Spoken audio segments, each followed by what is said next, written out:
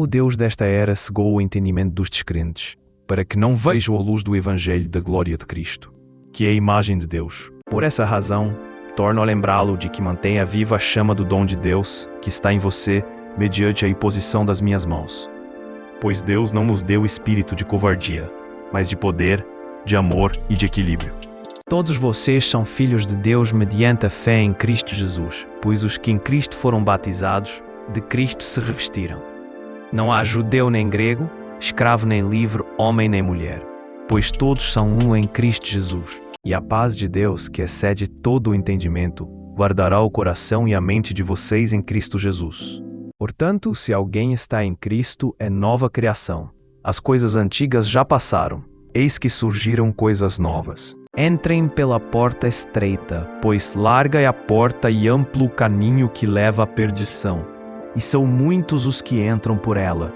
Como é estreita a porta e apertado o caminho que leva à vida, são poucos os que a encontram. Pois onde estiver o seu tesouro, aí também estará o seu coração.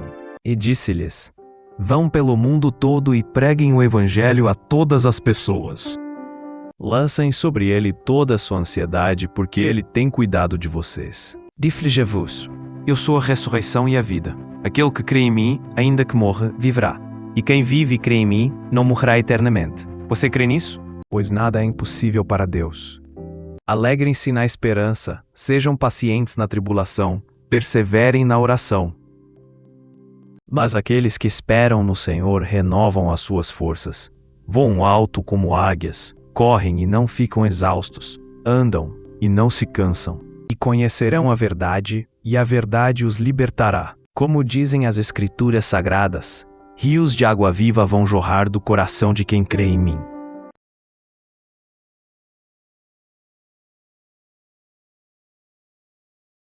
Procurem ter paz com todos e se esforcem para viver uma vida completamente dedicada ao Senhor, pois sem isso ninguém o verá. Que o Senhor faça com que cresça cada vez mais o amor que vocês têm uns pelos outros e por todas as pessoas, e que esse amor se torne igual ao nosso amor por vocês. Vivam como pessoas livres. Não usem a liberdade para encobrir o mal, mas vivam como escravos de Deus. Faça todo o possível para conseguir a completa aprovação de Deus, como um trabalhador que não se envergonha do seu trabalho, mas ensina corretamente a verdade do Evangelho. Por acaso não é verdade que 5 passarinhos são vendidos por algumas moedinhas? No entanto, Deus não esquece nenhum deles. Até os fios dos cabelos de vocês estão todos contados. Não tenham medo, pois vocês valem mais do que muitos passarinhos. O ladrão só vem para roubar, matar e destruir, mas eu vim para que as ovelhas tenham vida, a vida completa. Eu falo a verdade quando digo que é melhor para vocês que eu vá, pois se não for, o auxiliador não virá. Mas se eu for, eu o enviarei a vocês.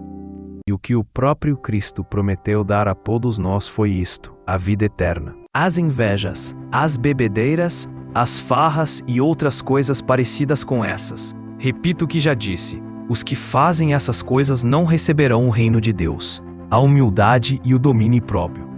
E contra essas coisas não existe lei. Jesus sentou-se, chamou os 12 e lhes disse: se alguém quer ser o primeiro, deve ficar em último lugar e servir a todos. Alguém vai dizer: eu posso fazer tudo o que quero. Pode, sim, mas nem tudo é bom para você. Eu poderia dizer: posso fazer qualquer coisa, mas não vou deixar que nada me escravize. Já que muitas vezes você tem ficado doente do estômago, não beba somente água, mas beba também um pouco de vinho.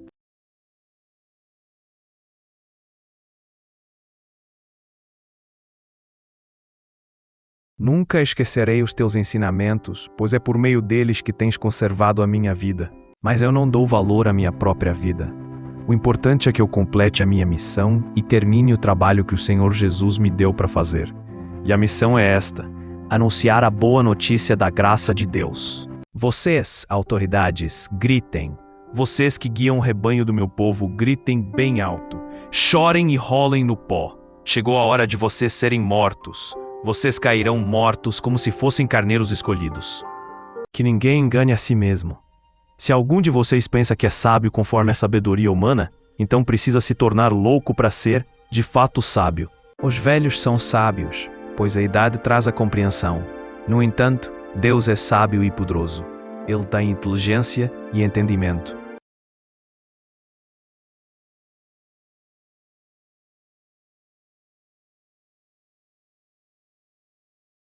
A sabedoria é melhor do que o dinheiro.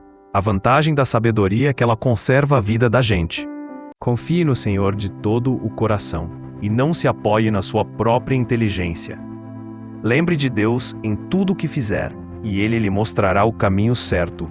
Os maus não sabem o que é justiça, mas os que procuram conhecer a vontade do Senhor sabem muito bem. Não conte vantagem a respeito dos seus planos para o futuro, pois você não sabe o que vai acontecer amanhã. Os seus ensinamentos o guiarão quando você viajar, protegerão você de noite e aconselharão de dia. O Senhor Deus disse ao povo: acusem a sua mãe, façam denúncia contra ela, pois ela não é mais a minha esposa, e eu não sou mais o seu marido.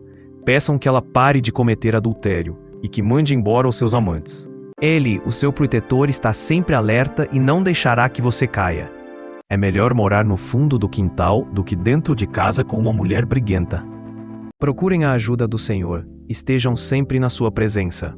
Eu sou amigo de todos os que te temem, de todos os que obedecem às tuas leis. O filho sábio aceita os ensinamentos do pai, mas o que zomba de tudo nunca reconhece que está errado. Eu te louvo porque deves ser temido. Tudo o que fazes é maravilhoso, e eu sei disso muito bem. Quem teme o Senhor está aprendendo a ser sábio. Quem é humilde é respeitado. É melhor a crítica franca do que o amor sem franqueza. O amigo quer o nosso bem, mesmo quando nos fere. Mas quando um inimigo abraçar você, tome cuidado. Assim Deus criou os seres humanos. Ele os criou parecidos com Deus.